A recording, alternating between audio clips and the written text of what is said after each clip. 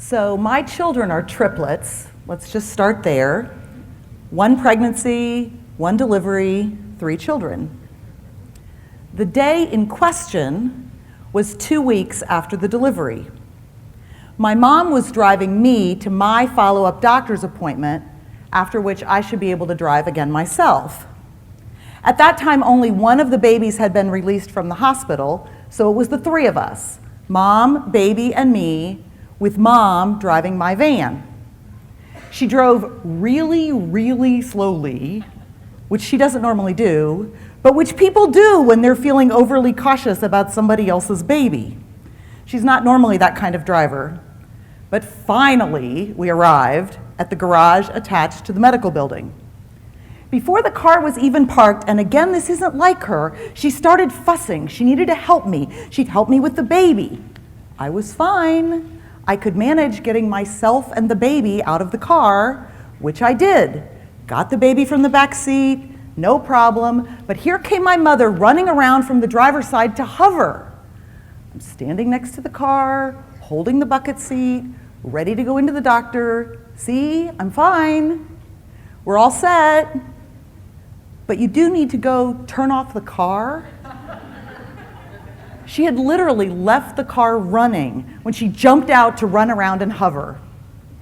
So she hurried back around to the driver's side, only to realize that not only was the car still running, but she had in fact locked the car. And then it happened. I know I had never, ever heard my mother say that word before. She's not a prude. I had heard her say, like, damn it. But she's funny about certain things. Like, she doesn't like the word piss. And she certainly didn't approve of the F word. Vulgar and graphic. Don't go there. But there we were, on the 5th floor of the parking garage of the Miami Valley Hospital, with me holding my new baby in her bucket seat, as we stood next to my still running but locked van. Actually, my husband's still running but locked van. And she said it. She didn't scream it. She didn't flower it up with a bunch of other words. She just placed it perfectly. Clear, decisive, appropriate.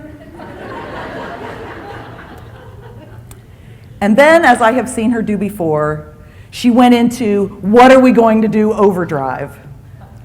As for me, I was in this zone. I have the baby is safe, all is right with the world. Very unusual for me, but I couldn't summon any anxiety, let alone hysteria, about this situation. I remember feeling really, really calm and even detached from this problem. Standing next to the still running but locked van, I didn't actually say, oh well, but that's how I felt. My husband was at work 45 minutes away. She didn't want to bother him or tell him what she did. We could call Dad, I said half-heartedly. Now, my dad is not the person you want in a crisis and not someone you want to tell that you did something stupid. But he was 5 minutes away. We're definitely not doing that, she said. So we went on into the building, me in my zone, moving forward with my doctor's appointment. As I took the baby and walked back into the exam room, I was aware of my mother doing what she does, launching into our life story with this busy receptionist who probably had to listen for a good 5 minutes before she figured out that this lady needed some help from security. By the time I came out, the problem was solved.